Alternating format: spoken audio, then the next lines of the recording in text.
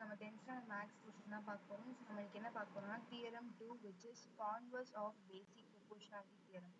So basic proportionality theorem ஓட converse தான் பார்க்க போறோம். ஸோ statement வந்து இதுதான். If a straight line divides any two sides of a triangle in the same ratio, then the line must be parallel to the third side. So straight line வந்து ரெண்டு side triangle வந்து divide பண்ணுதுன்னா ஒரே ratio divide பண்ணதுனா இந்த line வந்து எப்படி இருக்கணும்னா third சைடுக்கு வந்து பேரலா இருக்கணும் அப்படின்னு சொல்றாங்க. ஸோ ப்ரூஃப் வந்து நமக்கு என்ன கொடுத்துருக்காங்கன்னா ஒரு ட்ரையாங்கிள் இருக்காங்க டிஇன்ற ஒரு லைன் வந்து பேரலா இருக்கு. ஸோ கிவன் வந்து இந்த triangle ABC AD by DB is equal to AE by EC. இது வந்து டெய்ல்ஸ் தியரம் தான். தென் நான் என்ன ப்ரூவ் பண்ணணும்னா டிஇ வந்து பிசிக்கு பேரலல் ப்ரூவ் பண்ணணும். Construct if D is not parallel to BC, draw வந்து DF. நான் வந்து ஒரு வேளை வந்து இது வந்து ஈக்குவலா இல்லை அப்படின்றதுனால DFன்ற ஒரு பாயிண்ட்டை வந்து நான் ட்ரா பண்றேன் which is parallel to DF is parallel to BC ன்னு எடுத்துக்கிறேன். ஓகேவா? ஸோ ஃபர்ஸ்ட் வந்து given வந்து என்னன்னா AD by DB is equal to AE by EC. இது ஃபர்ஸ்ட் ஈக்குவேஷன் எழுதிக்கோங்க. நெக்ஸ்ட் வந்து given triangle வந்து நம்ம என்ன கன்ஸ்ட்ரக்ட் பண்ணிருக்கோம் DFன்னு ஒரு லைன் கன்ஸ்ட்ரக்ட் பண்ணிருக்கோம் which is parallel to BC. So by Thales theorem நம்ம இது எப்படி எழுதலாம்? இந்த EF ன்னு கண்டுபிடிச்சிருக்கோம்ல, ஸோ இது எப்படி எழுதலாம்னா AD by DB is equal to AF divided by FC அப்படின்னு எழுதலாம். Thales theorem படி இது செகண்ட் ஈக்குவேஷன் எடுத்துக்கிறாங்க. ஸோ இந்த ஃபர்ஸ்ட் ஈக்குவேஷன் செகண்ட் ஈக்குவேஷன் பார்த்தீங்கன்னா லெஃப்ட் ஹேண்ட் சைடு வந்து ஈக்குவலா இருக்கு. ஸோ இதுவும் AD by DB, இதுவும் AD by DB. ஸோ இது ரெண்டு ஈக்குவேட் பண்ணலாமா? அப்போ AC by EC is equal to AF by FC from 1 and 2. So இது என்ன பண்ணுறாங்கன்னா ரெண்டு சைட்லையும் +1 பண்ணுறாங்க.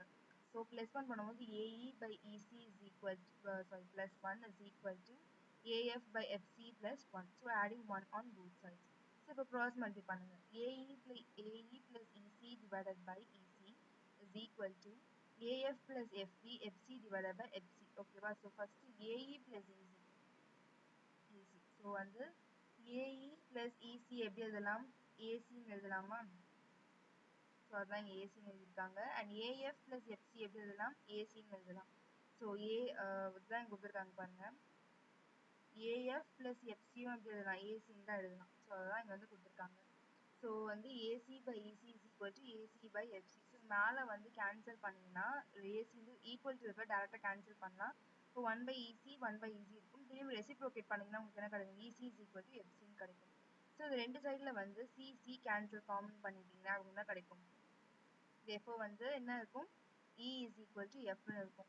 அவர் assumption நான் என்ன assume பண்ணிருக்கேன்? DE வந்து is DF வந்து parallel to BC ன்னு எடுத்துட்டேன். அப்ப எனக்கு E வந்து parallel இருக்கு. அப்ப F க்கு பதிலா என்ன போட்டுக்கலாம்? E ன்னு போட்டுக்கலாம்.